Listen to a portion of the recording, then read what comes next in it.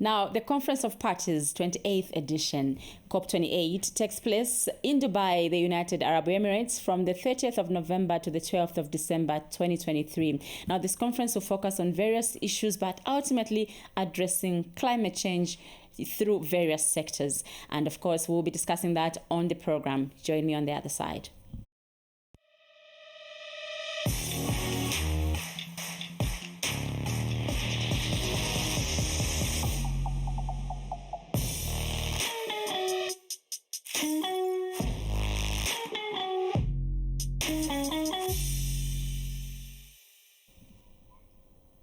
Welcome back to On the Road to COP28. My name is Mary Mwekisa. This program is powered by WWF Zambia and, of course, with support from the FLR Initiative and VCA. These are projects under WWF Zambia. Joining me on set is Abel Musumali, who is a climate change and sustainability expert. Abel, thank you so much for being here.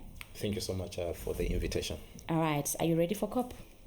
Yes, I'm ready because this COP is crucial, and bearing in mind that the region where it is taking place is mainly dependent on crude oil for the economic growth. So it's quite a crucial COP, and we hope to see at least something better coming out. Various interest groups in this country have expressed mixed feelings to say we're gathering every year.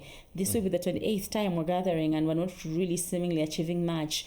Do you think COP28 will deliver, especially on key issues like the Loss and Damage Fund? Yes, so COP28 in terms of to deliver maybe Africa's expectation in this case and the small island state, it might be too early actually to call. Okay. But if you look at COP27, for instance, about 18 out of 20 major sponsors of that event had deals in fossil fuels. And this time around now, the conference is happening right in that region.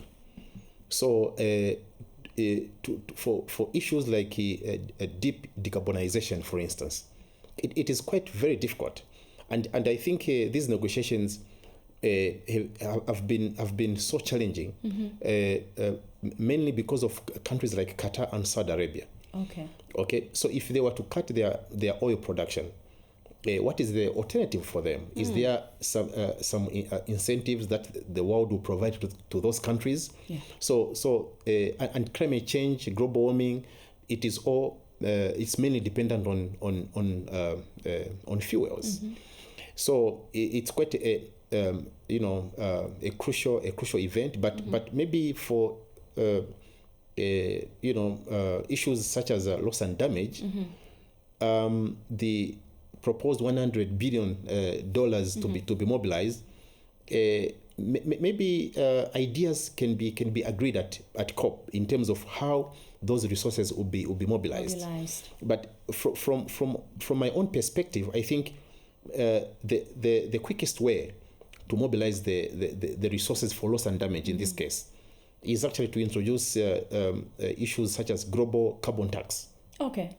Because if a global carbon tax is introduced, trillions of dollars actually can be mobilized to finance climate-related programs. Okay. Now let's talk about the global goal on adaptation. How are we faring? Yeah, so the global goal on adaptation, the negotiations and countries out there, the parties, there is slow progress. Why am I saying so? Because the global goal on adaptation is part of the Paris Agreement. The Paris Agreement on climate change was agreed upon in 2015. And the Paris Agreement is, it is a legally binding treaty that goes up to the year 2030. So as of now, from the time the Paris Agreement came into force, this is more like seven and a half years. So 7.5 years, we haven't yet agreed on the formality, for this global goal on adaptation. But it is part of the Paris Agreement. Article 7.2 actually talks about the global goal on adaptation. Okay. But it has not been there. So we hope that this COP will put in place, indicators, the targets, regarding this global goal on adaptation, and also the mobilization of resources to ensure that adaptation measures are achieved by the year 2030. Okay. Now, we also have an issue of the net zero. 2050 may seem like very far, but it will be here soon. Are we getting there? Are we achieving this? Yes, so issues of net zero is also bordering on the developed countries and the oil producing countries. Yes. In this case. Countries like Russia, for instance, because net zero, it's something to do with, what you are emitting into the atmosphere should be equal to what you are reducing. Yes. So if we emit 10 billion tons of CO2, we should come up with initiatives to reduce that 10 billion ton of CO2 that we have emitted. And to achieve that, we need deep decarbonization projects. Okay. And the deep decarbonization project mainly around the use of fossil fuel. Yes. And also investing so much into renewable sources of energy. So 2050, it is around the corner. Yes. But it is a huge responsibility for the wealthy countries. Okay. Hence, you hear issues of electric cars. Okay. Because we believe that if the idea of electric cars is achieved by the year 2030 or by the year 2040, then we'll be on the path towards the deep decarbonization pathway. Okay. But for countries like Zambia, our pollution is more like 0.03%. So we have contributed very minimal. And hence, we've been saying that our main priority is actually adaptation. Adaptation, yes. But these negotiations, I think the mitigation part of it has been given more attention than the adaptation, because around mitigation, people are making money. Hence, we hear issues of carbon trading. I see. So people are talking so much about carbon trading, and you see that the COP is no longer just about negotiations. It's a trading place. It's a trading place. It has become so complicated. It's like just a big stock exchange. Absolutely, absolutely. Before I let you go, Abel, let's talk about the event that you will be, participating. That you'll be working around at the COP. Talk to me about it. Yes, so I think Mr. Abel Musumali also touched that a little bit. So at COP on 5th June, on 5th December, 11 to 12 hours, we are hosting a side event in the Congo Basin Blue Fund Pavilion.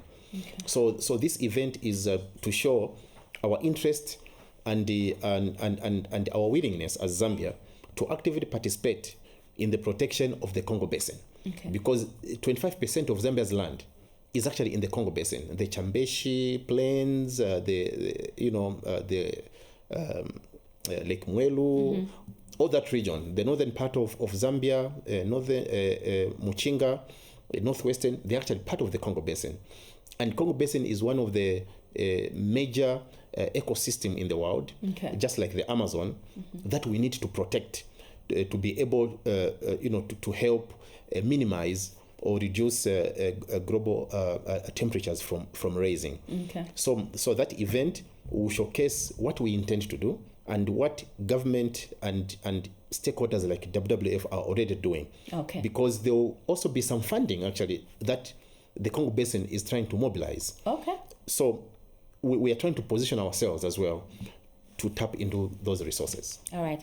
Thank you so much for joining us on the road to COP28, and I can wish you all the best as you go to COP28.